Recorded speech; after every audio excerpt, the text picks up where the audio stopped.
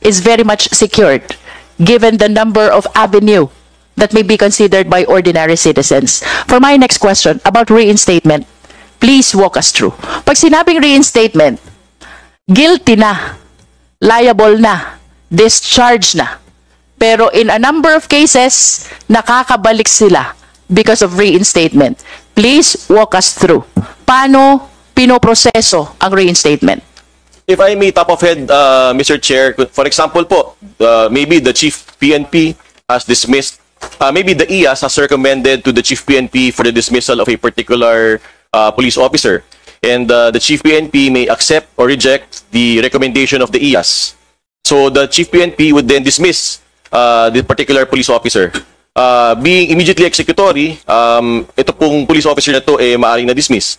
So aakyat po ito, kung mag-a-appeal po siya, aakyat po under the NAB, National Appellate Board, and NAPOLCOM po, maaari pong i-deliberate po uli yung kaso hong yun.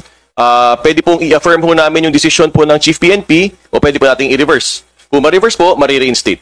Kung dinismiss ho namin, in-affirm po namin ang decision ng Chief PNP, pwede po mag-appeal ho uli yung pong aggrieved police officer to the Court of Appeals. Secretary of DILG. So after Secretary of DILG, Court of Appeals, Supreme Court, ang haba ho eh. How come I encounter some dismissed police personnel? They were dismissed for a long time already, but they keep on seeking for reinstatement. Is this possible? Dismissed for 10 years already and yet they're still seeking for reinstatement. Possible po ba yun? Oh, posible po kasi nga po, mabagal nga po ang NAPOLCOM noon. I emphasize po noon. You would like to say na, or tama bang sabihin, the reason why they can still seek for reinstatement in spite of the passage of a long period of time is because the decision has not yet reached its finality? Yes ma'am, because it was still under appeal with the NAPOLCOM. Natulog na ako ng napakatagal po yung kaso po noon, Mr. Chair. But like I told you, we are aware of the problem. Kailangan ho natin ngayon ng ipakita na magdidisiplina ho tayo at kailangan mabilis. That's why ito na po ang measures ho natin, Mr. Chair. Final question on reinstatement. Once the decision reached its finality, no room anymore for reinstatement. No room po, Mr. Chair. Thank you. Gusto ko yung sinabi ni NAPOLCOM Vice Chair. Police ng police. No? Actually, you have the same mandate as pleb. So, sana po, ito na yung i-adapt nating slogan. Sa lahat ng nagre-reklamo laban sa mga pulis, please be mindful. Ang pulis ng pulis ay ang pleb up to the National Police Commission. And I hope you can come up also with a proper information campaign. Because otherwise, we will not be able to realize the mandate of pleb and even the NAPOLCOM. Who supervises the pleb? Theoretically, Mr. Chair, the NAPOLCOM looks into it, the DILG must look into it, and the local government units also looks into it. But in essence, the pleb is an independent body, Mr. Chair. Having been pleb chairman myself before in Quezon City, before I was in NAPOLCOM. So there are just reports that are submitted to these three above mentioned, which is the NAPOLCOM, LGU, and the DILG, Mr. Chair.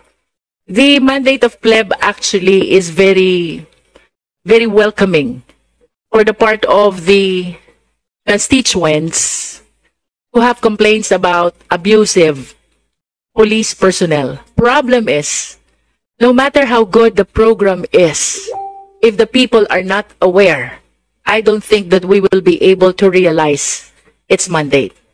For confirmation only, is pleb part of the structure of the PNP? Yes or no? It is not, Mr. Chair. Is it part of the structure of the local government unit? Yes or no? Arguably, no, Mr. Chair. Is it a non-governmental organization, should I say? No, Mr. Chair. It is ordinary people given extraordinary power in law, Mr. Chair. Nonetheless, sayang naman po ito kung hindi po natin ito ma-implement ng maayos. I wish to believe that it was provided for an intended purpose, and that is to address the complaints of the constituents against the abusive police personnel. If there is no clear guidelines as to who supervises the pleb, which is the first to accommodate the complaints of the ordinary people, I don't think that the people will be empowered against the abusive police personnel. So I hope that this will be one of the matters that the NAPOLCOM will be revisiting, how the pleb or the People's Law Enforcement Board operates in the ground. Ang akin po kasing appreciation dito, para siyang sumbungan ng taong bayan. But if the people are not aware, how can there be sumbungan ng taong bayan? I encounter some people who are inquiring, soliciting help. May ihahabla po akong pulis, but they don't know where to go. When actually, there has to be a pleb in every municipality. Tama po ba? Tama po, Mr. Chair. I totally agree with you. So for my last question about pleb, how do you inform the public na meron silang pwedeng takbuhan na pleb? Again, I agree with you totally, Mr. Chair. In fact, sabi ko nga po, ako po ay dati pong chairman and executive officer of the pleb. Ang una ho nating nilaban ho noon, nung tayo po ang hepe ng pleb Quezon City, is actually awareness, Mr. Chair. Kasi tama po, kung di po alam ng tao na may pleb, may problema ho talaga tayo. So ang battle cry ho namin noon sa Quezon City is, pwede sa pleb. And I'm very happy that our Mayor, Mayor Joy Belmonte, was very supportive of the pleb. Hanggang po ngayon. And yun din po problema, ma'am, ng NAPOLCOM. Hindi rin ho alam ng tao yung pong NAPOLCOM. So ang pulis po ng pulis, NAPOLCOM. Pero napagkakamalan pa kaming NAPOCOR, among others. So, buti na nga ako na pag-uusapan ho natin ngayon to, Mr. Chair, kasi hindi lang po pleb ang may problema sa awareness, including the highest disciplinary authority, which is the NAPOLCOM po, Mr. Chair. So, for BFP, I observed that in my district there are some fire trucks which are old and malfunctioning. Kapag po ang BFP, fire station, ay walang fire truck, para po yung police na walang baril. So, I am appealing to the leadership of the DILG. I hope we can consider as one of the priorities the basic needs of these agencies, no? Sir, sana po pakikumusta nyo ang mga fire stations in Batangas 2nd District, and I hope through you, they will be properly equipped. Yes, Mr. Chair, we will look into it. We are just only having a 1 billion automatic appropriation on the procurement of fire trucks, and due to limited numbers of procured fire trucks, we prioritize those municipalities without fire station. But at any rate, those municipalities that needs upgrade of the fire truck, we will look into it on Batat is distrito nyo po. Napakahirap po nito, sir. Pag nagkasunog, hindi makakatakbo dahil walang fire truck. As I have said, this is like a police officer who is not provided with a handgun or a firearm, no? So, I am appealing to the leadership of the DILG that I hope we can look into this. Tutukan nyo po, hindi lang yung walang fire truck. Tutukan nyo din po whether the fire truck are still in their good running condition. Otherwise, display lang yan. Thank you. And for my last question, BJMP, I understand po na meron kayong PDLs who are sentenced already. In the same way that the Bucor has PDLs who are sentenced already. Alam ni Senator Lailan sagot dito, but I do not know really.